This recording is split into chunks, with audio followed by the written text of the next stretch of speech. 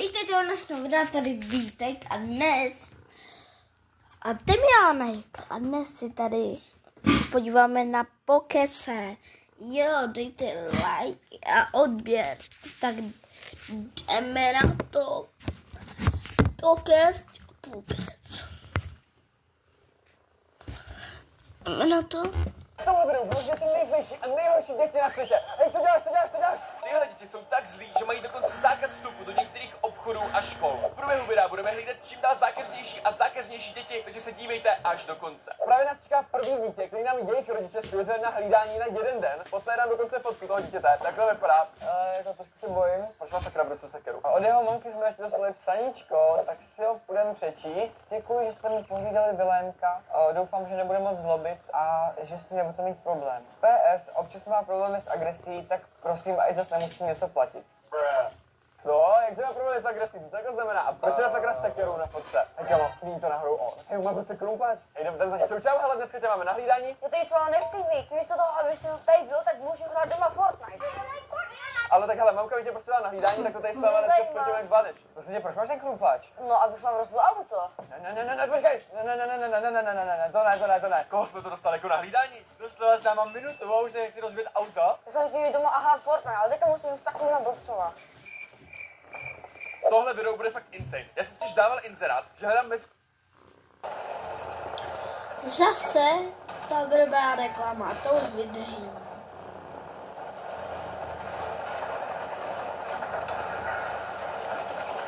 My přeskočíme, my jsme chytré děti.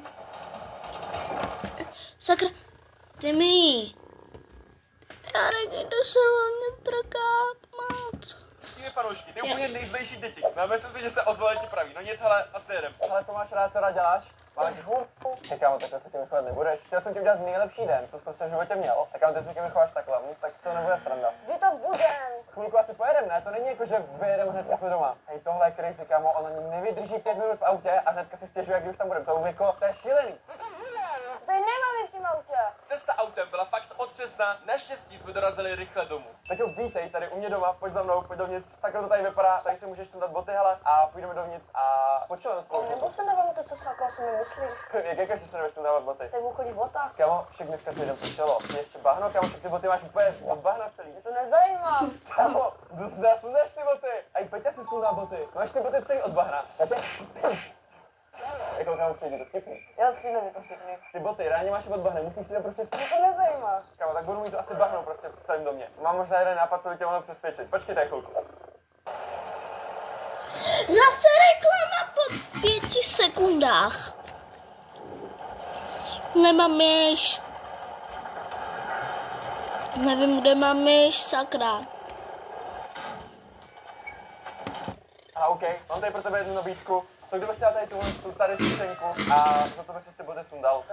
Tak to bylo rychlý, kámo. Už vím, jak ho v dnešním videu uhlídáme. Budeme ho podplácet tady sušenkama, kámo. Naštěstí jich mám nakoupených fakt hodně, takže si myslím, že zase nějak zvládnem. Tady jedno mi teďka stačí, ale příští mi dáš celý balíček. To je nezvladatelný. Peťo, tohle nedáme. Tohle je doslova začátek. Už mám rozmátil auto, kopal do sedačky, kopal do mě. Jediný způsob, jak ho přesvědčit, aby se jenom sundal boty u mě doma, bylo tady sušenku. To nedáme, kámo, to fakt nedáme. Kámo, jakože víš, ty jako na nohu, že sám můžu rozbít počítač. Hej, tam ho nemůžu nechat samotnýho. Dobrý, jenom na počítači. Dobrý, všechno tady je v pohodě. Ale kámo, co s tím počítačem je? Co jsi s tím dělal? Co jsi s tím počítačem sakra udělal? Ty jsi chtěl stát nový boxy. Ale však to je celý zavirovaný totálně. Kámo, já jsem to měl úplně všechno. To tvoje chyba. To je můj počítač. No to kámo, fakt nedám, my jsme dostali začali. No, můžeš se to sám. To už jako v životě nedostaneme zpátky. Já nevím, jako to s tím sakra udělal. Kámo, a to ani nereaguje. Já budu muset fakt tady resetnout celý počítač kvůli tobě. Kamarádi říkali, že tohle je vir, ale nechtěl jsem to zkoušet na počítači, tak jsem šel k tobě a zkusil jsem to u tebe. Peťo, co si o to myslíš? Minutu na to stáhnout vir. To by si nepovedl ani Elon Muskovi, kámo, jako sorry, co to je prostě tohleto. Víš co, já to pak jako nemám, ti píšu TSA a chci učit matiku. Hej, ty mě v tom jako necháš, jak já to nejsem nezvládnu.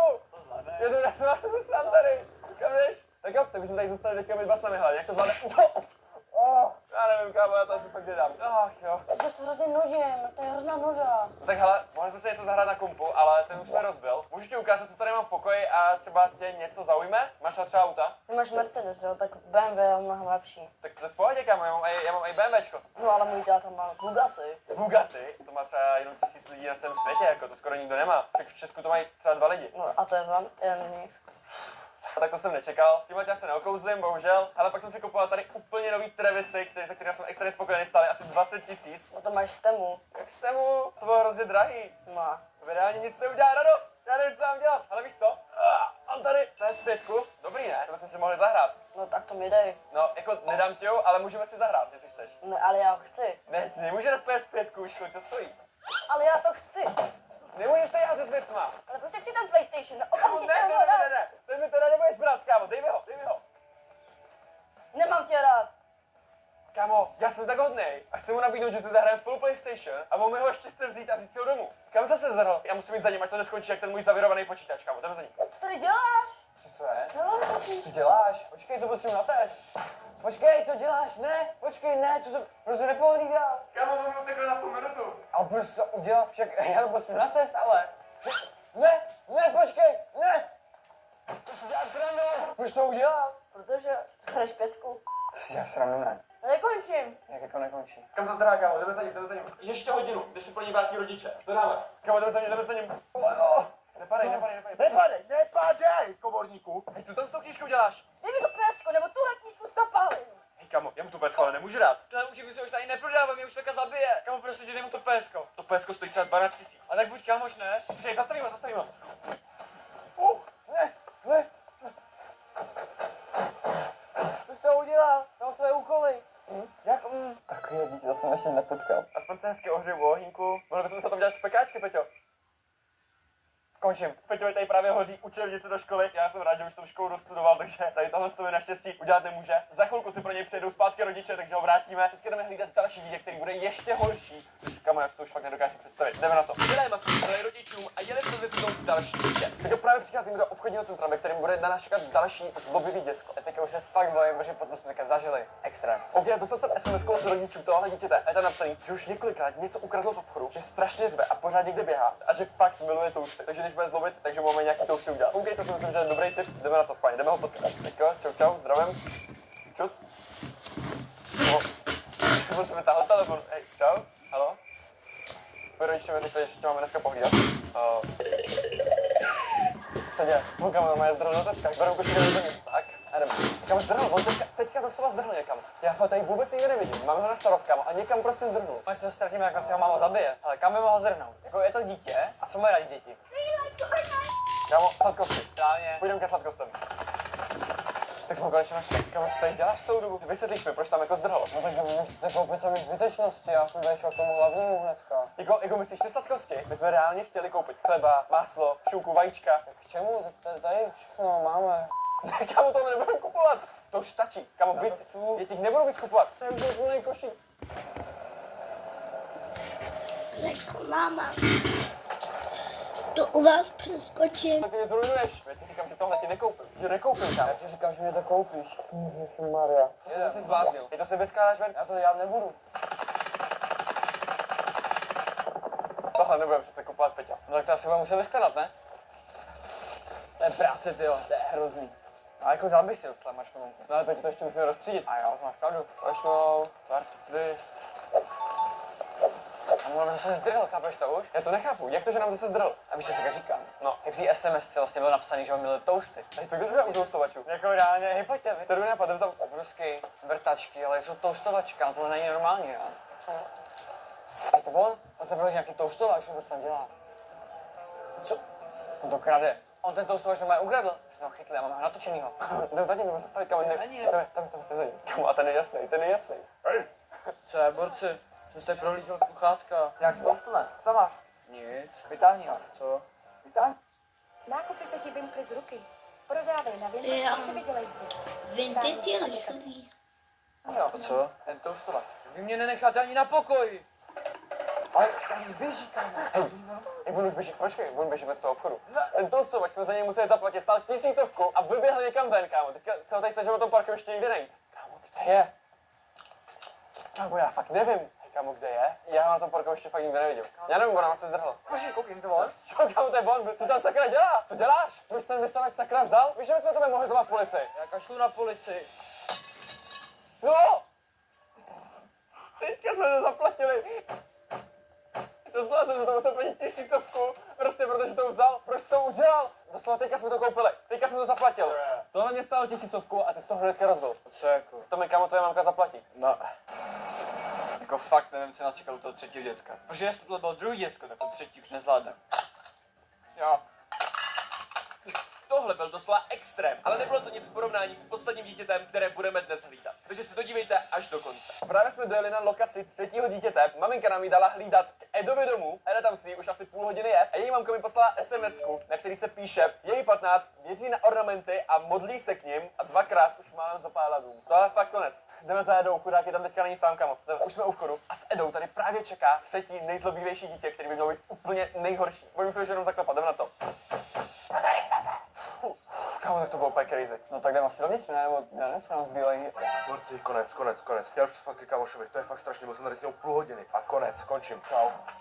Kámo, tohle nedáme. Nechci to už zrušit to video teďka, nejdem dolů. To přežijeme prostě, už to musíme dát. Jo, hele, zkusíme to. Za zkoušku nic nedáme, tak hrozný to být přece nemůže. Takže tohle to už je vstup do jejího pokoje a doslova na těch dveřích, jak na random nalepená páska a je tady cedule: nevstupuj, zemřeš. Já si myslím, že tam bychom asi úplně neměli vstupovat, co? Nemůže to být tak hrozný, dostali jsme ji teďka na hlídání, kámo, na starost. Kámo, je to naše práce. Jako viděl jsi poprvé, když jsme ji uviděli, jakože...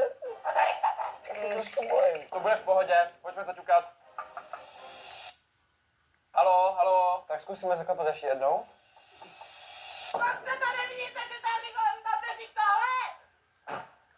No zase infarkt, jo. Mám dělat. Tak zaťukáme ještě jednou.